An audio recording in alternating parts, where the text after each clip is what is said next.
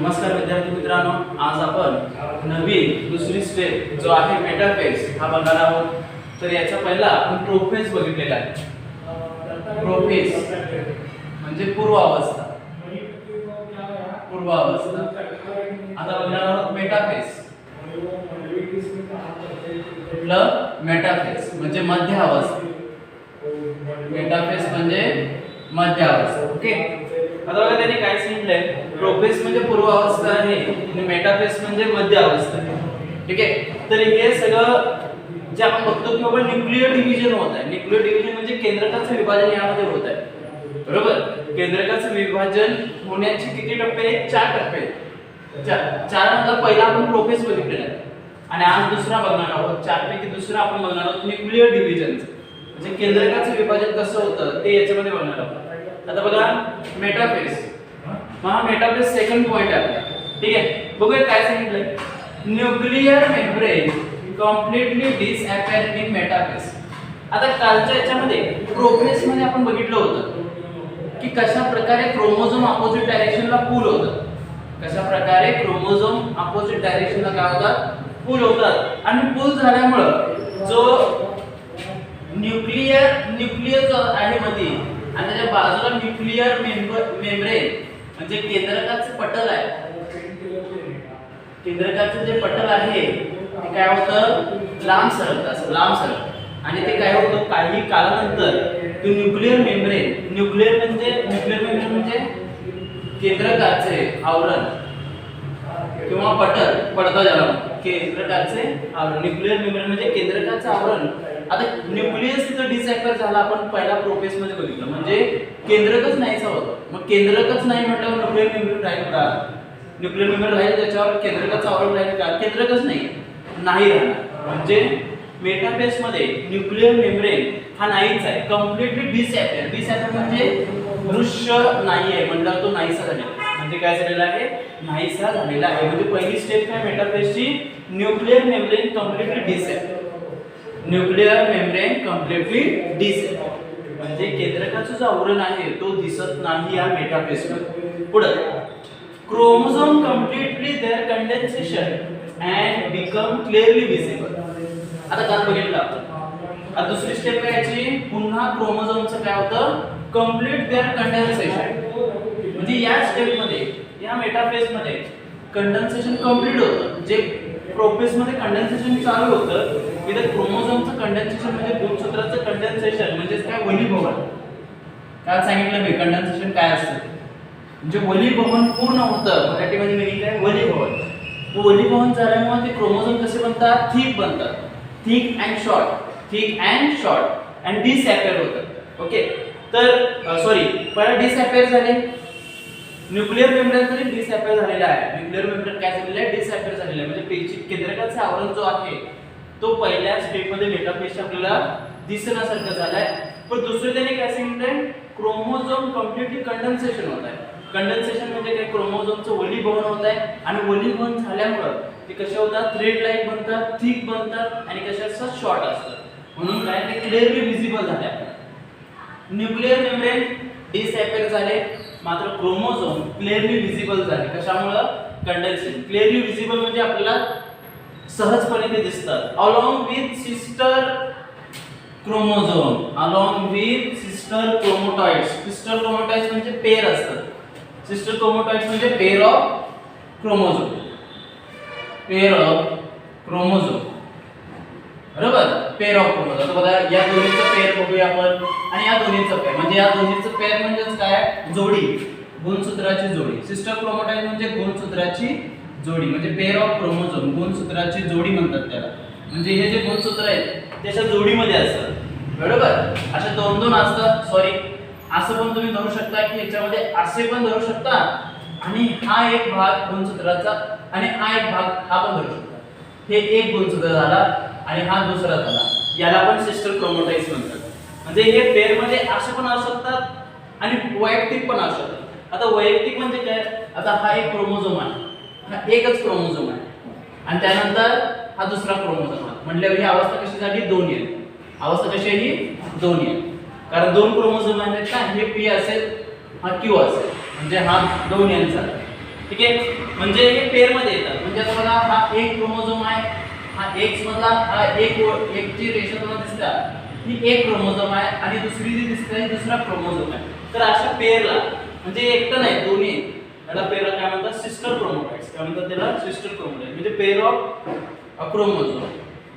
All chromosome are arrange parallel म्हणजे सगळे जे क्रोमोझोम आहेत त्यामध्ये जे सगळे क्रोमोझोम ते पॅरलल समांतर अशा रेषेमध्ये असं पॅरलल अशा रेषेमध्ये उभी मांडणीमध्ये काय असतात मांडलेले असतात किंवा तिथं तयार होतात. बरोबर.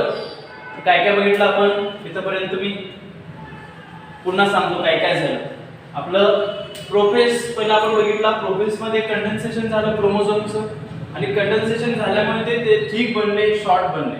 ठीक आहे. त्यानंतर ते विजिबल झाले क्लिअरली विजिबल झाले. त्यानंतर आपण बघितलं की बाबा क्रोमोझोम अपोजिट डायरेक्शनला मूव्ह होत होते. क्रोमोझोम काय होत होते अपोजिट डायरेक्शनला मूव्ह होत होते आणि अपोजिट डायरेक्शनला मूव्ह झाल्यामुळे तिथे काय झालं की जो केंद्रक आहे जो न्यूक्लियस आहे तो डिसॅपेअर व्हायला चालू झाला. कारण त्याचे पुढे पुढे सरकू लागले त्यामुळे डिसॅपेअर झालं. मग केंद्रक न्यूक्लियस डिसॅपेअर झाला मग तिथे न्यूक्लियर मेम्ब्रेन असेल का नसणार आहे कारण तो पण निघून जाणार आहे. म्हणून न्यूक्लियर मेम्ब्रेन या पहिल्या मेटाफेस मध्ये काय होतो डिसॅपेअर होतो अदृश्य होतो तो दिसत नाही. ठीक आहे. त्यानंतर आपण बघितलं की क्रोमोझोमचं पूर्ण कंडेन्सेशन होत आहे मेटाफेस मध्ये कंप्लीट झालेलं आहे. जे प्रोफेस मध्ये चालू होतं इथे म्हणतात ते कंडेन्सेशन पूर्णपणे काय झालेलं आहे संपलेलं आहे.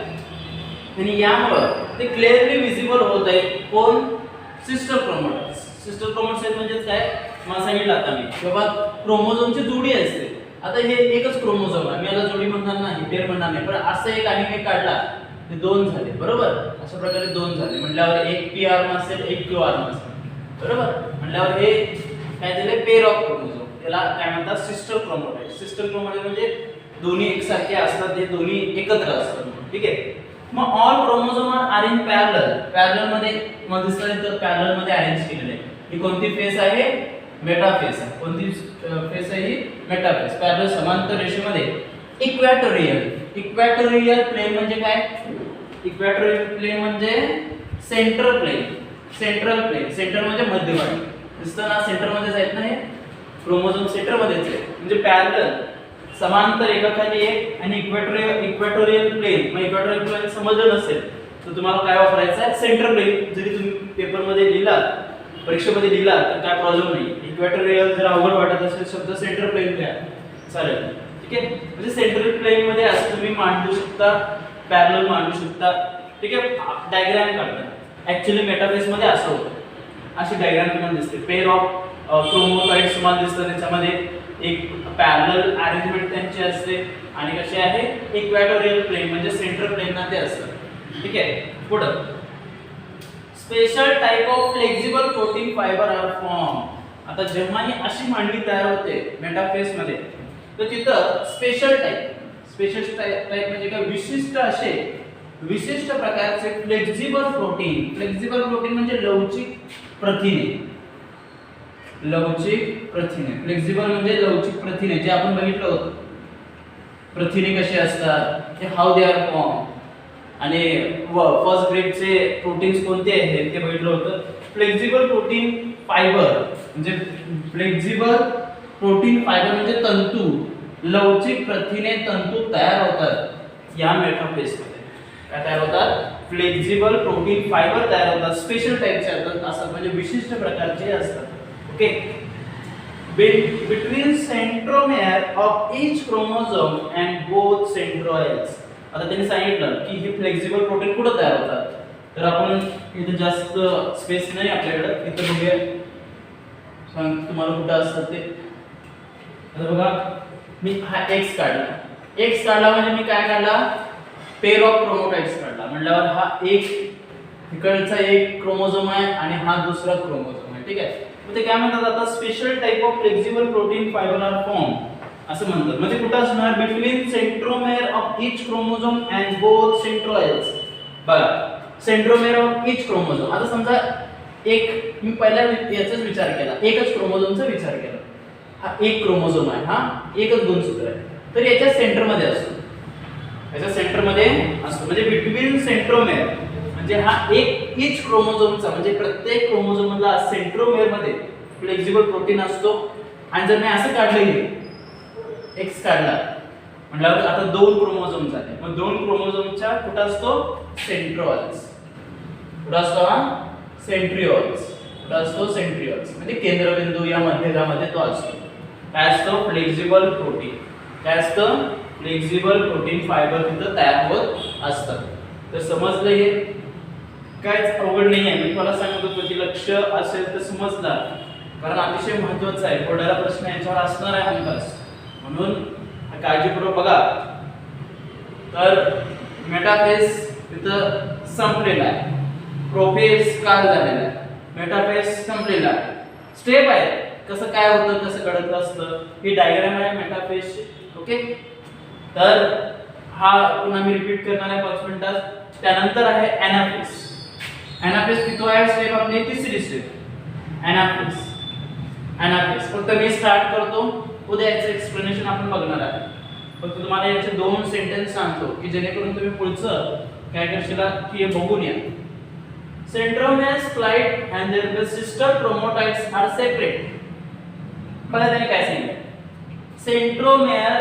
सेंट्रोमेअर्स आर स्प्लाइट. स्प्लाइट म्हणजे काय सेंट्रोमेअर असे वेगळे होतात का असे वेगळे होतात सरकतात बाजूला सरकतात. स्प्लाइट म्हणजे बाजूला सरकणे आणि असं बाजूला सरकल्यावर काय होतं सिस्टर क्रोमोटाइड्स. सिस्टर क्रोमोटाइड्स म्हणजे पेअर ऑफ क्रोमोझोम काय होतात सेपरेट होतात. म्हणजे पेअर ऑफ क्रोमोझोम काय होतील वेगळे होतील. पेअर ऑफ क्रोमोझोम काय होतील या एनाफेजची पहिली स्टेप काय पेअर ऑफ क्रोमोटाइड्स सेपरेट होतील. काय होतील पेअर ऑफ क्रोमोटाइड्स सेपरेट होतील and pulled apart in opposite direction. आणि काय होतील ते अपोजिट डायरेक्शनला सरकतील. आता बघा हा क्रोमोझोम आहे ठीक आहे. हे काय होतात स्प्लाइट होतात एकापेक्षा लांब सरकतात आणि असे काय होतात ते असे एक क्रोमोझोम इकडे जातो एक क्रोमोझोम इकडे जातो अपोजिट डायरेक्शनला सरकतात. स्प्लाइट झालं म्हणजे वेगळे झाले पहिलं म्हणजे सरकले बाजूला. एक होता तो असं सरकतो बाजूला असं असं असं आणि असं जाऊन ते बाजूला सरकतं अपोजिट डायरेक्शनला पुल व्हायला चालू होतं. हे एनाफेज मध्ये. कशामध्ये एनाफेज मध्ये. ओके तर आज मेटाफेज एनाफेजचे 2 पॉइंट्स आपण बघितलेले. बघा मेटाफेज बद्दल तुम्हाला सांगत आहे मी पुन्हा. न्यूक्लियर मेम्ब्रेन म्हणजे केंद्रकाचं आवरण. आपल्याला माहिती आहे प्रोफेज मध्ये न्यूक्लियसच डिसॅपेअर झालाय. न्यूक्लियर मेम्ब्रेनचं तिथं काहीच काम नाही आहे तो पण डिसॅपेअर होतो. म्हणून कम्प्लिटली डिसॅपेअर याच्या मेटाफेज मध्ये हा पूर्णपणे अदृश्य होतो. क्रोमोझोम कंप्लीट देअर कंडेन्सेशन म्हणजे क्रोमोझोम गुणसूत्राचं वलीभवन चांगल्या प्रकारे कंप्लीट होतं आणि क्लिअरली विजिबल क्रोमोझोम दिसू लागतात. थिक होतात शॉर्ट होतात along with their sister chromatids. Sister chromatids म्हणजे पेअर ऑफ क्रोमोझोम. तुम्हाला सांगितलं पेअर ऑफ क्रोमोझोम कसं धरायचं. एक्स ला एक रेष काढला तर तो एक क्रोमोझोम झाला दुसरी काढला तर तो पेअर ऑफ क्रोमोझोम झाला. Are chromosomes are arrange parallel to equatorial plane. मतलब पॅरलल समांतर याच्यामध्ये तुम्ही मांडणी केला. इक्वेटोरियल म्हणजे सेंटर मध्ये. Special type of flexible protein fibre याच्यामध्ये तयार होतात या फेस मध्ये मेटाफेज मध्ये. ते कुठे असतात ईच सेंट्रोमेअर म्हणजे प्रत्येक क्रोमोझोमच्या मध्यभागी किंवा बोथ सेंट्रोइड्स म्हणजे दोन एकत्र आले तर त्याच्या सेंट्रोइडला. ठीक आहे तर हा झाला मेटाफेज. न्यूक्लियर मेम्ब्रेनचं मी तुम्हाला इथं सांगितलेलं आहे. केंद्रकाचं आवरण डिसॅपियर म्हणजे अदृश्य. डिसॅपियर म्हणजे अदृश्य. ओके इक्वेटोरियल म्हणजे सेंटर मध्य प्रतलात म्हणतात. प्लेन म्हणजे प्रतल म्हणजे मध्यबिंदू मध्ये आपण सांगूया सिंपल. याच्यामध्ये क्रोमोटाइड सांगितलं. क्रोमोझोम तुम्हाला माहिती आहे गुणसूत्रे. फोल्ड म्हणजे सरकणे. ओके सिस्टर क्रोमोटाइड्स तुम्हाला माहिती आहे. तर या क्रोमोझोम एनाफेज मध्ये काय होतं स्प्लाइट होतात म्हणजे लांब सरकतात आणि सेपरेट होतात सिस्टर क्रोमोटाइड्स आणि ते पुल होतात अपोजिट डायरेक्शन. ओके तर हा व्हिडिओ काळजीपूर्वक बघा. तुम्हाला याच्यामध्ये कोणत्याही याच्यामध्ये शंका असेल तर विचार आणि कोणता वर्ड समजला नसेल कुठला शब्द समजला नसेल किंवा पॉइंट समजला नसेल तो पॉइंट सांगा. ठीक आहे तुमची शंका क्लिअर केली जाईल. ठीक आहे थँक्यू.